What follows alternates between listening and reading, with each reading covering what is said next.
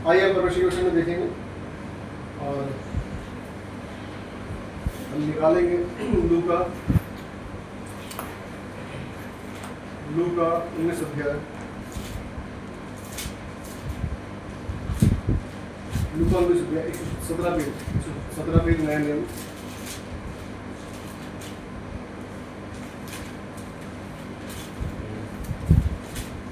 लूका 19 अध्याय उसका 117 page number है और 19 का 28 से लेकर हम 40 पद तक बारी बारी पढ़ेंगे।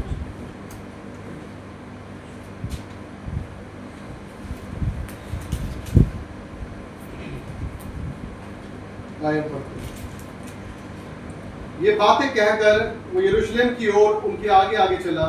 जब वह पहाड़ पर थे और के पास पहुंचा तो उसने अपने चेलों में से दो को यह कहकर भेजा, सामने के गांव में जाओ और उसमें पहुंचते ही एक गधी का बच्चा जिस पर कभी कोई सवार नहीं हुआ बंधा हुआ तुम्हें मिलेगा, उसे खोल कर ले आओ। यदि कोई तुमसे पूछे कि क्यों ढूंढते हो तो कह देना कि प्रभु को उसका प्रयोजन। जो भेजे गए थे उन्होंने जाकर जैसा उसने उनसे कहा था वैसा ही पाया। जब वह गधे के बच्चे को खोल रहे थे तो उसके मालिक ने उनसे पूछा, इस बच्चे को क्यों खोलते हो? उन्होंने कहा, प्रभु को इसका प्रयोजन है। वह उसको यीशु के पास ले आए और अपने कपड़े उस बच्चे पर डालकर यीशु को उस पर बैठा दिया। जब वो जा रहा था तो वह अपने कपड़े मार्ग में बिछाते जाते थे। निकट आते हुए जब वह जैतून पहाड़ की ढलान पर पहुंचा तो उससे लोग की सारी मंडली उन सब सामर्थ्य के कामों के कारण जो उन्होंने देखे थे आनंदित होकर बड़े शब्द से परमेश्वर की स्तुति करने लगे। धन्य है वो राजा जो प्रभु के नाम से आता है, स्वर्ग में शांति और आकाश मंडल में महिमा हो। तब भीड़ में से कुछ फरीसी यीशु से कहने लगे, हे गुरु, अपने चेलों को डांट। उसने उत्तर दिया, मैं तुमसे कहता हूँ यदि ये चुप रहे तो पत्थर चिल्ला उठेंगे। परमेश्वर का वचन पढ़े जाने सुने जाने वो आशीष हो। आमीन। आइए प्रार्थना करें। हमारे पिता परमेश्वर, धन्यवाद करते हैं आपके पवित्र वचन के लिए जो पढ़े गए सुने गए प्रभु जी, और धन्यवाद करते हैं प्रभु जी आज जो पाम संडे के रूप में सब जगहों पर परमेश्वर मनाया जाता है। आप परमेश्वर धन्यवाद करते हैं, आपने हमें मौका दिया कि हम भी इस दिन में इकट्ठा होकर तेरी महिमा करने पाए। धन्यवाद सब बातों के लिए पिता परमेश्वर। आप परमेश्वर जो हमने वचन पढ़े हैं प्रभु जी, जो सुने हैं, वो पढ़े और सुने जाने के द्वारा परमेश्वर हमारे जीवन में बहुत फलवंती होने पाए और हमारे द्वारा परमेश्वर तेरे वचन बहुत से लोगों तक पहुंचने पाए, बहुत से लोगों का उद्धार का कारण बने। शायद आप कठोर हृदय को आप नम्र करें कि तेरी आवाज को सुनने पाए। आप परमेश्वर अपने दास को बुद्धि ज्ञान दे, समझ दे, हर एक बात तेरी ओर से कहने पाओ। बोल मेरे और शब्द आपके हो, सारी महिमा तुझे मिले। छोटी सी विनती प्रार्थना यीशु मसीह के नाम से मांगते हैं, सुने और ग्रहण करें। आमीन। यहाँ पे परमेश्वर के वचन में देखा और जो वचन को पढ़ते हैं तो हम क्या देख रहे हैं, जो उसकी हेडिंग को पढ़ते हैं, यरूशलेम में विजय प्रवेश, है ना? क्या हुआ? यरूशलेम में विजय प्रवेश।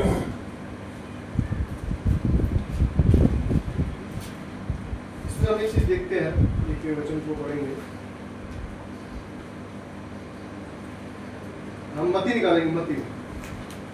मती उसका 21 क्या है, इसके पीछे ही है 34 पेज नंबर 34 पेज नंबर 34 सिर्फ 21 अध्याय मती 21 और उसका 4 और 5 को पढ़े।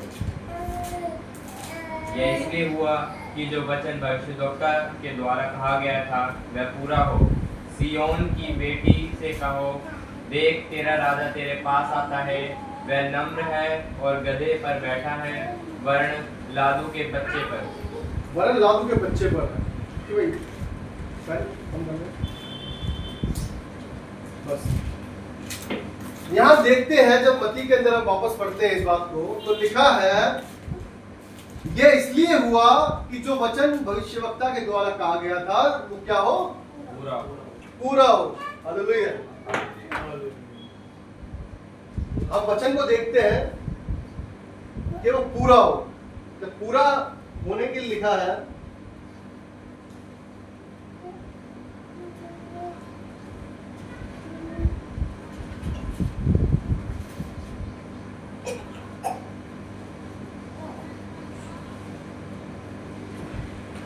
जब वचन को लिखा है पूरा हो, हम इस बात से क्या देखते हैं? परमेश्वर का वचन क्या है? सत्य है, सच है, क्योंकि वो कहा गया था और वो क्या हो रहा है? पूरा हो रहा है। हालेलुया। ये तो बात है ना, जो कहा है वो क्या हो रहा है? पूरा हो रहा है। वो कहा गया था कभी, और आज क्या हो रहा है? वो अस्तित्व में वो चीज आ रही है, वो पूरी हो रही है। हालेलुया। परमेश्वर का वचन क्या है? सच्चा है, वो झूठा नहीं है। जो परमेश्वर कहता है वो होता है। हालेलुया। कितनी अच्छी बात है ना कि प्रभु का वचन जो उसने कहा वो हुआ। इसलिए बाइबल बताती है कि जब तक एक एक बिंदु भी पूरा ना हो जाए तब तक क्या है? एक भी बात जब तक चलेगी नहीं, जब तक ये चीजें जो हर एक बात जो है होनी ही अवश्य है। और हम देखते हैं वो कहता है कि वो बात इसलिए हुई क्योंकि वो ऐसा लिखा है। जकरिया 9 के 9 में लिखा है कि कौन आएगा? एक लिखा है, सिय्योन की बेटी से कहो देख तेरा राजा तेरे पास आता है, वो क्या है? नम्र है। और हमने यीशु मसीह को देखा कि वो नम्र है। वो गरीबों को देखकर ये नहीं कहता था कि मुझसे दूर हो जाओ, पापी को देखकर ये नहीं कहता था मुझसे दूर हो जाओ। वो क्या करता था? पापी को क्षमा करता था और गरीबों को क्या है? शांति देता था। वो उन्हें आत्मिक धनवान बना देता था। आज क्या है? आज सच्ची शांति नहीं है, लेकिन उस प्रभु यीशु मसीह में सच्ची शांति है। सच में नम्र है, इसलिए वो हमें बोलता है, कहता है कि तुम भी नम्र बनो। धन्य है वह जो नम्र है, क्योंकि वो पृथ्वी के अधिकारी होंगे। जो नम्र है वो अधिकारी होते हैं। यीशु मसीह नम्र था, इसलिए वो क्या है? इस पृथ्वी का भी अधिकारी है, उस स्वर्ग का भी अधिकारी। हालेलुया। क्योंकि नम्र था। आज पूरी दुनिया में यीशु मसीह को जानते हैं। इस दुनिया में सबसे ज्यादा जो लोग हैं वो कौन है? क्रिश्चियन है, ईसाई लोग हैं, मसीह लोग हैं, विश्वासी लोग हैं, जो यीशु मसीह को मानते हैं, जो यीशु मसीह के पीछे चलते हैं। हम इस बात से सीखते हैं कि परमेश्वर, पहली बात हम क्या सीखते हैं कि परमेश्वर का वचन क्या है? सच्चा है। वो झूठ नहीं बोलता, याद रखिएगा। जो उसने कहा है वो होता है। और यदि हम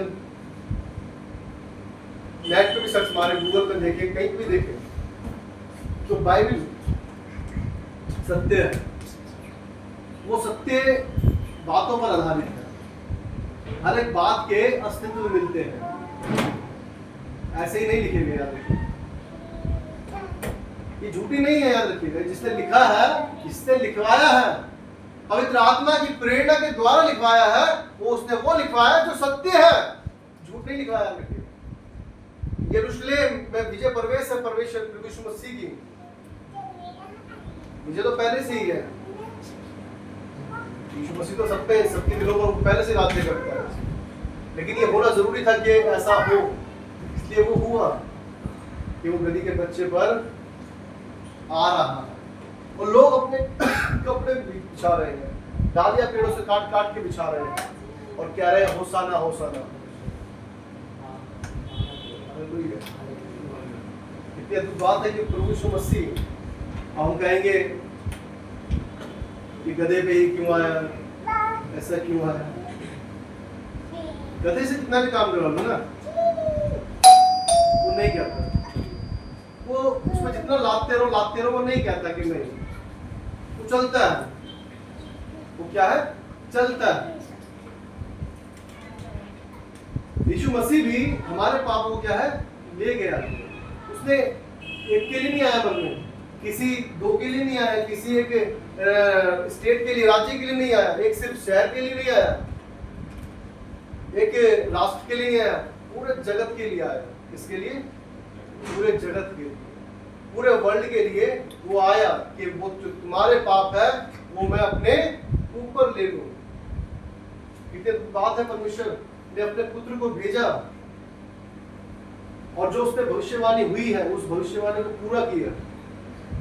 हर एक बात हम यदि बाइबल में जाए और देखें, सच में बैठकर अगर एक बातों पर ध्यान लगाए, प्रभु से पूछे, तो हमें बहुत सी बातें मिलती हैं कि हाँ सच में ये बातें होती जा रही हैं। जो बाइबल को अध्ययन करते हैं अच्छे से, जो इसके बहुत जो डीपली जाकर भविष्यवाणी को पता लगाते हैं, मैं सुनता हूँ बहुत बार, तो ऐसा लगता है कि सच में कि हम इस वचन को बहुत बार पढ़ते हैं, लेकिन हम उस तरह से नहीं पढ़ते जिस तरह से पढ़ना चाहिए, क्योंकि हम ऐतिहासिक बातों पर नहीं जाते हैं। हमने पढ़ लिया, हाँ जी ठीक है, लेकिन ये बात भी है कि परमेश्वर जिस पर जो प्रकट करना चाहे वो करता है। जरूरी नहीं कि हर कोई बाइबल की भविष्यवाणियां पढ़कर समझ सके, या हर एक बात जो परमेश्वर चाहता है तो हर किसी पर प्रकट करे। तो जिस पर चाहता है उस पर बाइबल बताती है, जिस पर वो चाहे वो उस पर दया करता है, और जिस पर ना चाहे उस पर दया नहीं करता। उसी प्रकार जिस तरह सुलेमान ने बुद्धि मांगी, प्रभु यीशु मसीह ने बुद्धि दी, परमेश्वर ने उसे बुद्धि दी, और जब बुद्धि दी है उस बुद्धि को वो यूज करता है। हम भी परमेश्वर से यदि मांगे तो परमेश्वर हमें देगा। या पहली बात हमने सीखी क्या है, परमेश्वर का वचन सच्चा है, वो सच्चा है। और जो गधे के बारे में हमने देखा कि सच में गधा जो है उसमें जितना मर्जी लोड दे डाल दो वो कहता नहीं कुछ। हमने ज्यादा देखते हैं तो गधे के बारे में हमने पूरा हमेशा जब भी ये सुनेंगे कि गधे की तरह काम करता रहता है, गधे की तरह काम करता रहता है, कि गधे को कुछ लेना देना नहीं, सिर्फ लोड लिया, चलो जी चलो जी।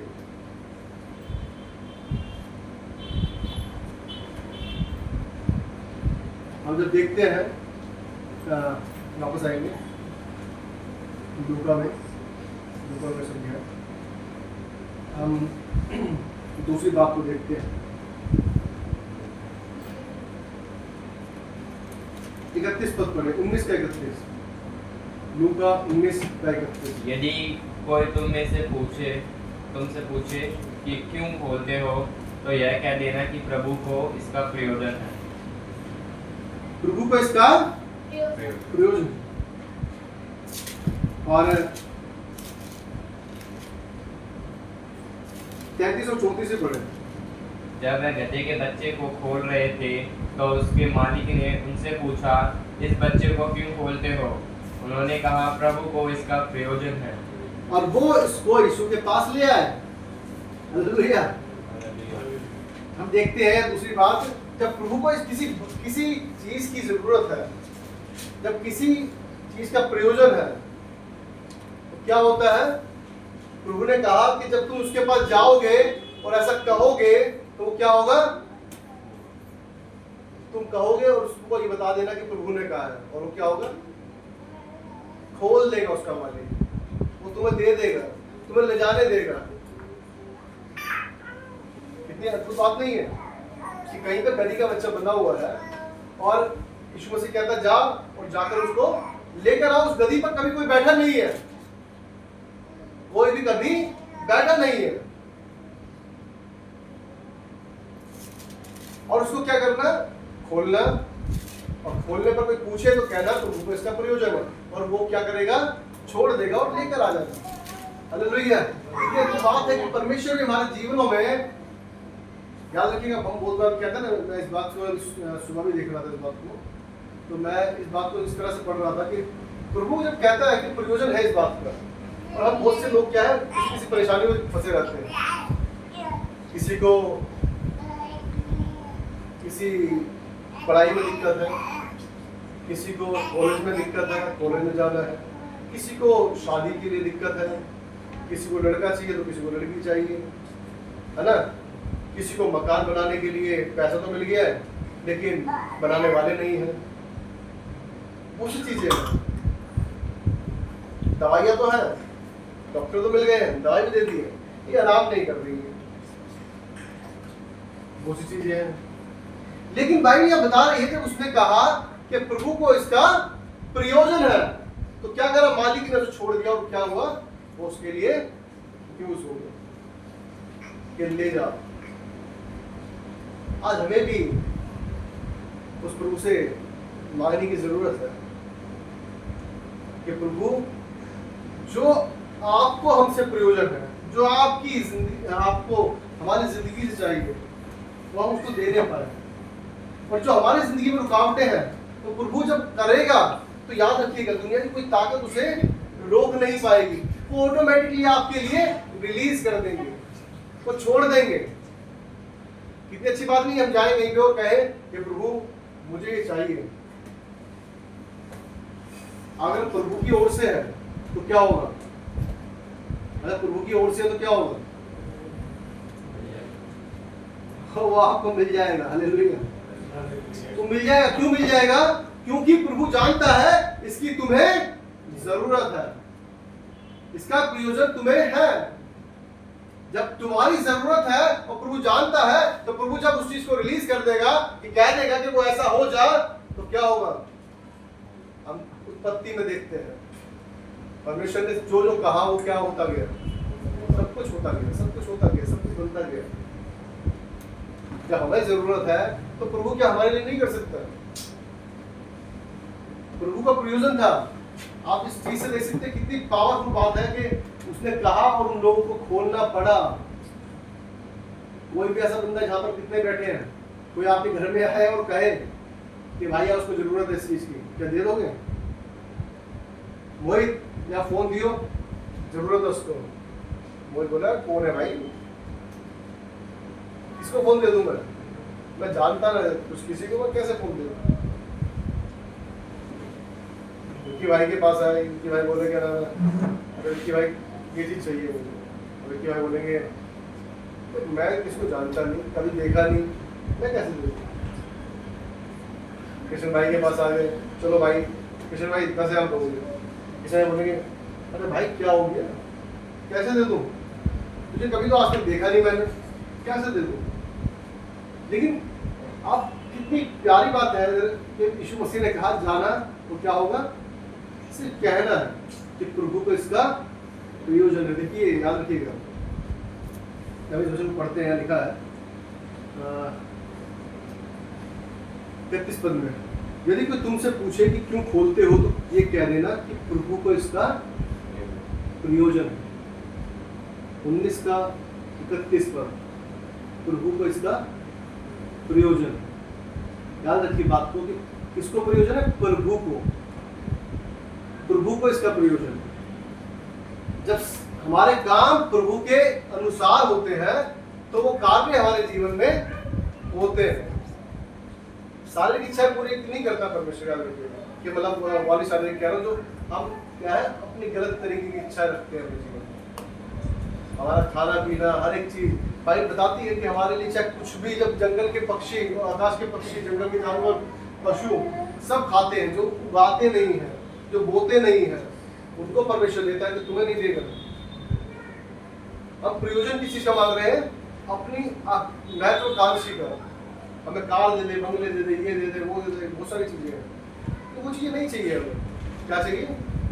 परमेश्वर हमारे पास पहले होना चाहिए। यदि परमेश्वर हमारे पास है तो क्या होगा? सारी चीजें जो है अपने आप होती जाएंगी। हालेलुया, भाई बता रही है प्रभु का इसका प्रयोजन है, प्रभु का इसका प्रयोजन है। यदि प्रभु आपके अंदर रहता है, आप जो काम करेंगे परमेश्वर के लिए, परमेश्वर आपके कार्य को खोल देगा। हालेलुया।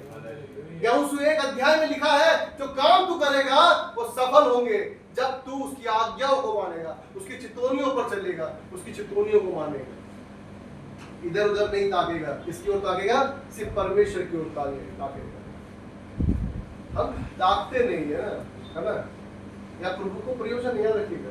और लोगों को देना पड़ा इसलिए क्योंकि प्रभु को प्रयोजन है। जब मोनू को, मोहित को, कृष्ण भाई को, किसी को भी प्रयोजन होगा नहीं खुलेगा, याद रखिएगा। लेकिन प्रभु को अगर जरूरत है, याद रखिएगा, खुलना पड़ेगा, देना पड़ेगा। हालेलुया। फर्क कितना है?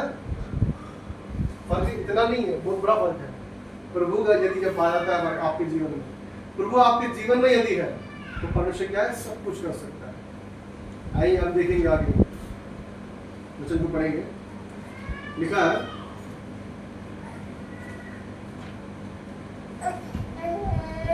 35 पद को पढ़े, 19:35, लूका 19:35। वह उसको यीशु के पास ले आए और अपने कपड़े उस बच्चे पर डालकर यीशु को उस पर चुप बैठा दिया। तो आगे जब वह जा रहा था तो वह अपने कपड़े मार्ग में बिछाते जाते थे। वो मार्ग में क्या कर रहे हैं, कपड़े बिछा रहे हैं।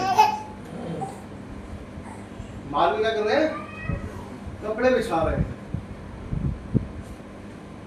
इंसान की जरूरतों में जब कहते थे, क्या कहते थे, रोटी कपड़ा और मकान। यहाँ पर एक जो शरीर को ढकने के लिए कपड़ा होता है ना, शरीर को ढकने के लिए क्या चाहिए, कपड़ा चाहिए। और लोग अपने कपड़े क्या कर रहे हैं, बिछा रहे हैं। वो अपनी एक जो इंपॉर्टेंट चीज है वो क्या कर रहे हैं, बिछा रहे हैं। अगर ओढ़ना बहुत जरूरी है, इंसान को लगता है ना ये जरूरी है। अगर हम बिना कपड़े के घूमेंगे तो क्या कहेंगे लोग, पागल कहेंगे।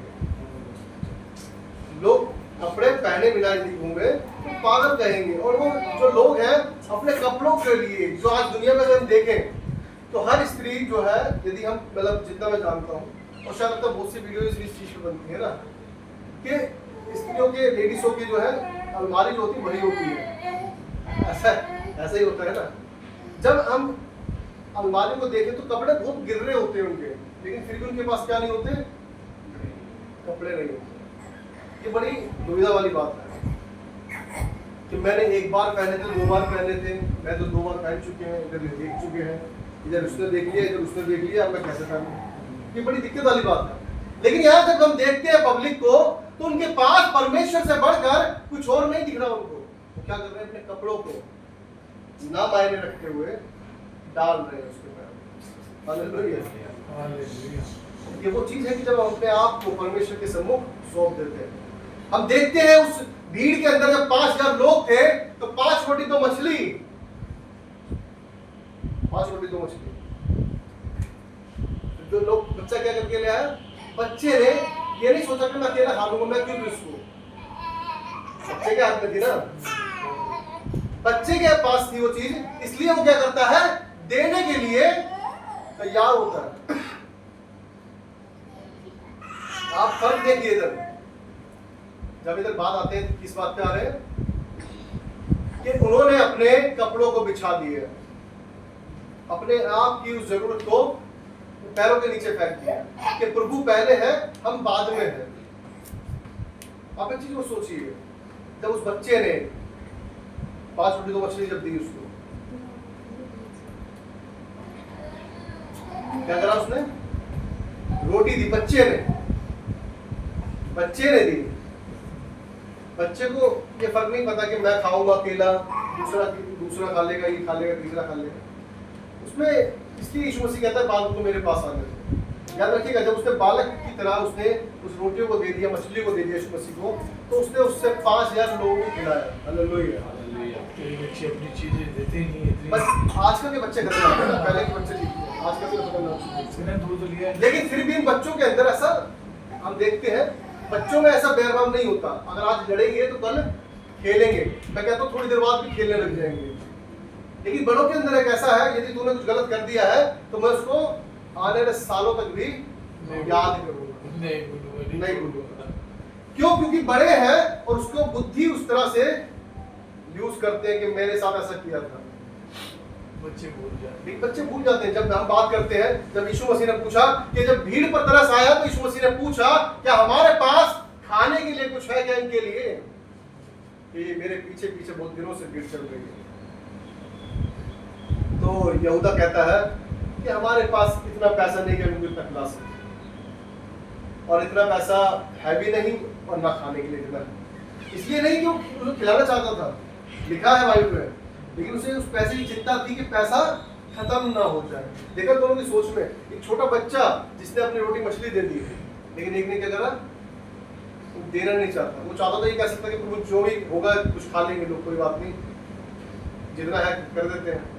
नहीं, यहाँ पर यीशु मसीह जब निकल रहा है उस गधे के बच्चे पर, तो क्या हो रहा है, लोग अपने कपड़े बिछा रहे हैं। क्या आज हम अपने जीवन की उन इच्छाओं को जो अच्छी नहीं है, एक तो अच्छी नहीं होती, वो तो यीशु मसीह के सामने मांगना ही चाहिए, मानना चाहिए, माफी मांगनी चाहिए, लेकिन जो बहुत सी जरूरतें हैं जो अभी नहीं पूरी हो रही, लेकिन उसके पीछे अपनी जिंदगी को खराब करना ये अच्छी बात नहीं है। ऐसी बहुत सी चीजें होती हैं। आज किसको नहीं चाहिए अच्छे कपड़े, किसको नहीं चाहिए अच्छी गाड़ी, किसको नहीं चाहिए अच्छा घर, लेकिन आज वो समय नहीं है। एक समय आएगा जब परमेश्वर उसको पूरा करेगा। आज लोग जो है अपने कपड़ों को फेंक रहे हैं। तीसरी बात का देख रहे हो, अपनी जो जरूरत की चीजें हैं, जो कपड़े को हम लोग प्यार करते थे ना, और हमारे कपड़े रखे हुए हैं, हम बड़ी जल्दी अगर एक कपड़ा खो जाए तो पूछते हैं कहाँ चले गया, वो पैंट का चली गई, वो शर्ट का चली गई, वो सूट का चला गया, पूछते नहीं पूछते कहाँ चला गया। लेकिन लोग जो है अपने कपड़ों को उस यीशु मसीह के पैरों के नीचे फेंक रहे हैं। हालेलुया। देखा, ये प्यार है परमेश्वर के प्रति उन लोगों का कि हमारे लिए मैटर नहीं करता, लेकिन ये मैटर तेरे लिए करता है। जैसा उस दो विधवा ने अपने 2 दमड़ी डाल दी, जीविका डाल दी। यीशु मसीह देखता रहा था उस चीज को, उसने कहा काम पूरा हो गया, उसी का वेट कर रहा था। लोग डाल रहे थे, और भी डाल रहे होंगे बहुत, लेकिन उनको कुछ वो नहीं दिखा। प्रभु देखता है आपके हृदय को, क्या आपका हृदय इस प्रकार परमेश्वर के पास लगा हुआ है। आप परमेश्वर के घर में जाके लाखों डाल दो, 10 लाख डाल दो, 20 लाख डाल दो, मैटर नहीं करता। परमेश्वर आपके उस प्रेम को देखता है कि आप किस प्रति से, किस प्रेम से और किस वजह से परमेश्वर के पास आ रहे हैं।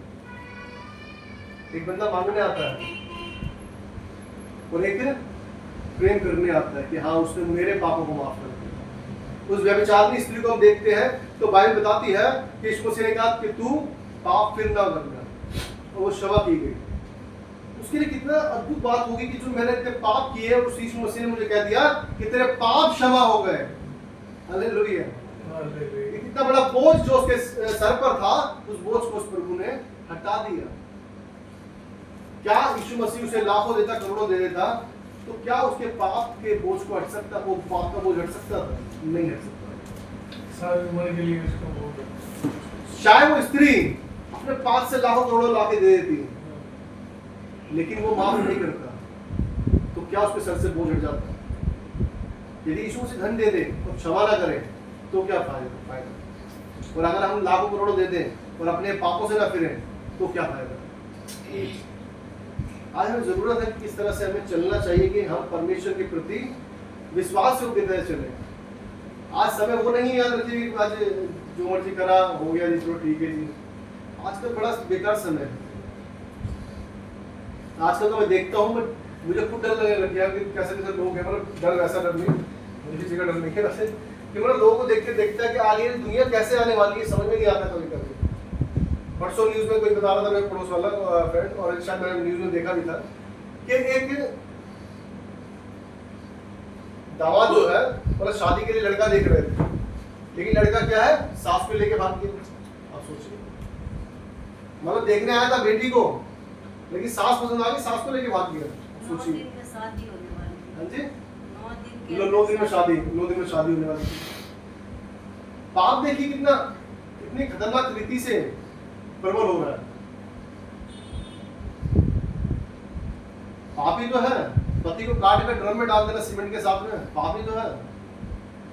लड़की के 35 टुकड़े करके फ्रिज में रख देना, पाप ही तो है क्या? लिव इन रिलेशनशिप में रहना क्या है? ये पाप ही तो है। आज आप अपने शरीर की इच्छाओं को पूरा कर रहे हैं। ये तो परमेश्वर चाहता है कि हम अपने सारे जो भी अपने पाप है, गलत चीजें हैं, जो भी हमारी इच्छा है सारे, उनको फेंक दें। और प्रभु भी चाहता है कि वो उसे दोबारा ना दे। हम फेंकते नहीं है, अपने मनों में रखते हैं, कपट रखते हैं, द्वेष रखते हैं, बैर रखते हैं, जलन रखते हैं, ईर्ष्या रखते हैं, लेकिन प्रभु को अपने अंदर नहीं आने देते। याद रखिए, भाई बताती है ये तो अगर भेंट चढ़ाने आया है, लेकिन उन्होंने भाई को माफ नहीं किया, तो पहले जाकर उसको माफ कर। याद रखिएगा, बड़ी डिफिकल्ट चीज होती है ये मैं मानता हूँ इस चीज को। आप लड़ सकते हैं, याद रखिएगा, लड़ना आसान मुश्किल बात नहीं है, लेकिन किसी को माफ करना बहुत मुश्किल बात है। एक तो माफ करना भी और माफी मांगना भी, दोनों बड़ा मुश्किल काम है। किसी को अगर बोल दिया जाए कि जाके सॉरी बोल दो, you know, आप लोग क्या जल्दी से सॉरी निकलेगा ही नहीं मुझसे, मैं क्यों बोल दूं सॉरी, मैं क्यों झुकूं उसके आगे, मैं ऐसा क्यों करूं, होता है ना, क्योंकि हमने अपने अंदर से उस चीज को निकाला नहीं है अभी। और परमेश्वर चाहता है कि हम परमेश्वर के प्रति समर्पित रहें। जैसा शमूएल कहता है, हे पिता तेरा दास सुनता है, बोल, हे प्रभु तेरा दास सुन रहा है, बोल। हम बोलते नहीं है, हम बोलते नहीं, हम उस परमेश्वर के प्रति समर्पण नहीं दिखाते हैं। हम क्या दिखाते हैं? अपने आप को ऊंचा दिखाते हैं। हम क्यों झुकेंगे जी, हमारी नाक नहीं कट जाएगी क्या? याद रखिएगा, परमेश्वर के पास आना है तो अपने आप को नम्र करना पड़ेगा, जैसा यीशु मसीह के बारे में लिखा है यहाँ पर कि वो नम्र है और लादू के बच्चे पर बैठा है। वो नम्र है, नम्रता की वजह से आज हम उसके पीछे चल रहे हैं सब। यीशु मसीह उस स्वर्ग के सिंहासन को छोड़कर हमारे लिए धरती पर आया, किसी और के लिए नहीं आया, पूरे वर्ल्ड के लिए, हर एक पृथ्वी के जो वासी हैं, जो लोग रहते हैं, उनके लिए प्रभु आया। आप सोचिए किस तरह से परमेश्वर हमसे चाहता है कि हम उसके सम्मुख चल सके, इस तरह से हम सही रीति से चल सके। आइए वापस आएंगे, और लिखा है 37 पर, निकट आते हुए जब वो जैतून पहाड़ की ढलान पर पहुंचा तो चेलों की सारी मंडली उन सब सामर्थ्य के कामों के कारण जो उन्होंने देखे थे आनंदित होकर बड़े शब्द से परमेश्वर की स्तुति करने लगे। धन्य है वो राजा जो प्रभु के नाम से आता है, स्वर्ग में शांति और आकाश मंडल में महिमा हो।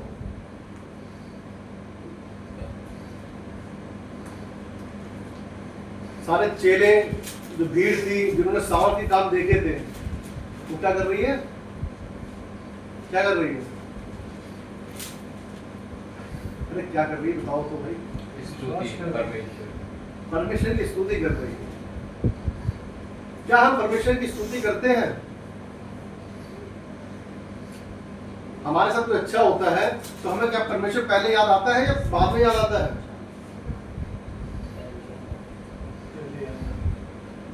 हमें जब कुछ काम करते हैं जो हमारे साथ अच्छा काम होता है, उसके लिए परमेश्वर को पहले महिमा देने वाले हैं।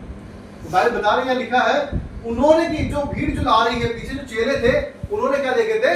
सामर्थ के काम देखे थे। वो लाजर को जिंदा होते हुए देखा था, वो लाजर भी चलते हुए देखा था, उस कब्र से निकलते हुए देखा था। हालेलुया।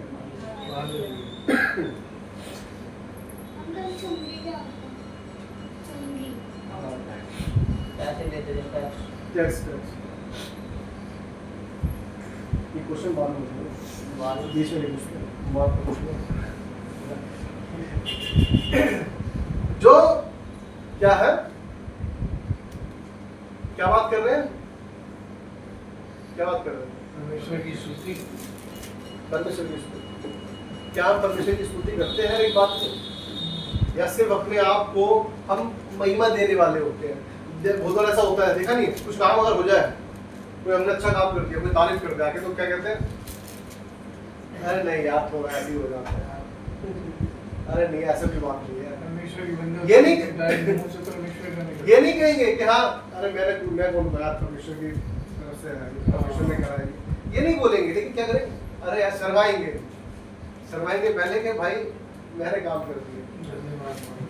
अच्छी बात है, कोई तारीफ करता है बहुत अच्छी बात है, लेकिन हम अपना श्रेय न ले। श्रेय किसे करें? परमेश्वर का ही लेना चाहिए। परमेश्वर ही हर एक काम के लिए आदर योग्य है हमारे जीवन में। हम कुछ कर नहीं सकते, याद रखिए। कितने लोग हैं जो अपने आप से कुछ कर सकते हैं? हम अपने एक कदम तो बढ़ा नहीं सकते हैं, एक सांस तो ले नहीं सकते हैं, हम कुछ कर तो सकते नहीं, फिर भी क्या है, अपने आप को आगे रखने की कोशिश करते हैं। यह लिखा है अभी बात कर रही थी मेरी चर्च की मेंबर थी, दिव्या बहन आती है, देखा ना दिव्या बहन को। अब उन्होंने बताया कि अभी ज़्यादा बात नहीं हो पाई, तो क्या हुआ, सिलेंडर फट गया उनके घर से। और परमेश्वर का धन्यवाद कि उनको कोई हानि नहीं पहुंची। धन्यवाद परमेश्वर का, सच में ये सुनकर मुझे भी जब सुबह बताया डॉक्टर ने, तो मुझे भी बड़ा मतलब एक वो हुआ कि बड़ा कि मैं कुछ हानि तो नहीं हुई किसी को, सिलेंडर फटा लेकिन परमेश्वर का धन्यवाद किसी को हानि नहीं पहुंची। परमेश्वर अपने दूतों को हमारे नियमित आज्ञा देता है। याद रखिएगा, हम जो प्रार्थनाएं करते हैं, आप लोग जो प्रार्थनाएं करते हैं, परमेश्वर हर एक प्रार्थना का क्या उत्तर देता है। राजस्थान में भी फटा सिलेंडर, एक्सपायरी डेट था मंगलवार को। एक 1.5 साल का बच्चा मर गया, एक 17 साल का, और 17 लोग घायल हो गए। 3 मंजिल तक आग लगी। 17 लोग घायल हो गए। लेकिन मुझे सुना, मैंने किसी बताया उसने कि परमेश्वर धन्यवाद है, कोई नुकसान नहीं हुआ। हालेलुया। परमेश्वर सच में हमारी प्रार्थना को सुनता है, वो हमारी रक्षा करता है। ये हमारे ऊपर डिपेंड है कि हम किस तरह से अपनी जिंदगी को जीते हैं, अपनी तारीफ सुनने से या परमेश्वर के नाम को ऊंचा उठाने से। लिखा है, आगे हम पढ़ते हैं 39 पद को, तब भीड़ में से कुछ फरीसी उससे कहने लगे, हैं गुरु, अपने चेलों को डांट। और उसने क्या कहा, मैं तुमसे कहता हूं, यदि ये चुप रहे तो पत्थर चिल्ला उठेंगे। हालेलुया। परमेश्वर वचन बता रहा है कि अगर यदि ये चुप रहे तो पत्थर चिल्ला उठेंगे। तो सदूकी और फरीसी लोग जो थे वो प्रभु से चिढ़ते हैं ना, वो यीशु मसीह से चिढ़ते हैं। सदूकी और फरीसी लोग, उनको ये अच्छी नहीं लगती बात कि एक कोई परमेश्वर है, परमेश्वर का पुत्र है जो लोगों को सही राह पर लेके चल रहा है, उनसे बर्दाश्त नहीं हो रहा। और क्या कह रहा है, उनसे देखा नहीं जा रहा कि वो होसाना चिल्ला रहे हैं, परमेश्वर की महिमा कर रहे हैं। ये भीड़ की भीड़ ऐसे क्यों लग रही है? आज भी दुनिया में ऐसे ही हो रहा है, आज भी ऐसा ही हो रहा है। आप कुछ भी करें, बेशक कुछ भी करें, सब ठीक है जी, लेकिन प्रभु का नहीं होना चाहिए। हो रहा ही नहीं हो रहा, हो रहा ही नहीं हो रहा। आज आप कुछ भी करें, लेकिन यीशु मसीह को यदि आप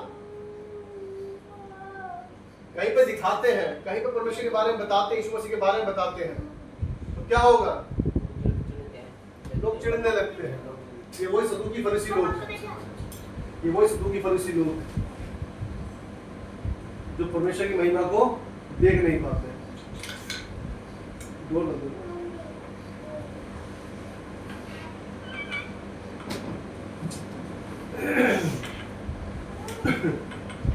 आज भी ऐसा ही हो रहा है, पूरी दुनिया में भी हो रहा है। मैं तो सोचता हूँ कि क्रिश्चियन कंट्रीज में भी आजकल लोग ऐसे हो गए जो क्या है, नास्तिक हो गए। यदि कोई परमेश्वर का वचन सुना रहा है तो लोग उससे लड़ रहे हैं। आज लोग अपने कानून खुजली मिटाने के लिए, अपने हिसाब से, अपने जीवन को जीने के लिए अपने तरीके से जी रहे हैं। आज बड़ा ही बेकार माहौल हो चुका है, और हमारे इंडिया का तो हाल बिल्कुल ही बेकार है। हर दूसरे दिन रिपोर्ट देखते रहते हैं, वीडियो आती है, कोई किसी चर्च में आके घुस रहे हैं, किसी चर्च में मार रहे हैं, कोई किसी चर्च को तोड़ रहे हैं। तो मतलब एक आज जो है सब कुछ जरूरी है, सब कुछ वो चलने देंगे, लेकिन यीशु मसीह के बारे में नहीं चलने देंगे। जो सुधार रहा है उसके पीछे कोई चलने के लिए राजी नहीं हुए देना चाहते। तो कोई अगर सुधरना है तो क्यों सुधर रहा है? याद रखिएगा, प्रभु यीशु मसीह हमारे लिए आया। किसके लिए आया? हमारे लिए आया। हमने देखा किस तरह से प्रभु यीशु मसीह उस गधे के बच्चे पर सवार होकर यरूशलेम में प्रवेश किए। इस तरह से लोगों ने अपने आप को, अपने उन कपड़ों को आगे डाल दिए। याद रखिएगा, हम आज यदि जिस तरह से जी रहे हैं, इसमें यदि कुछ खराबी है तो हमें ठीक करने की जरूरत है। हमें जरूरत है जो हम बोले, जो हम उसको महिमा दें। यीशु मसीह कहे कि हाँ इन्हें बोलने दो, ये नहीं बोले तो क्या है, पत्थर चिल्लाओ। हमारी महिमा आकाश तक पहुंचनी चाहिए। हमारी महिमा स्वर्ग तक पहुंचनी चाहिए। जो हम परमेश्वर को महिमा देना चाहते हैं, जो उसकी आराधना करना चाहते हैं, जो उसको धन्यवाद करना चाहते हैं, वो स्वर्ग तक पहुंचना चाहिए। आज पूरी दुनिया में जहाँ परमेश्वर के लोग हैं, पाम संडे के रूप में क्या है मनाया जाता है, बड़े खुशी से मनाया जाता है। आज लोग क्या है मीडिया निकालते हैं, जहाँ भी निकल रही है परमेश्वर का धन्यवाद, हमारे बहुत से लोग उद्धार पाए और परमेश्वर का वचन बहुत फैले। परमेश्वर हर एक बात में हर एक को आशीष दे। परमेश्वर का वचन पढ़े जाने सुने जाने को आशीष। आमीन। आइए हम आराधना में जाएं।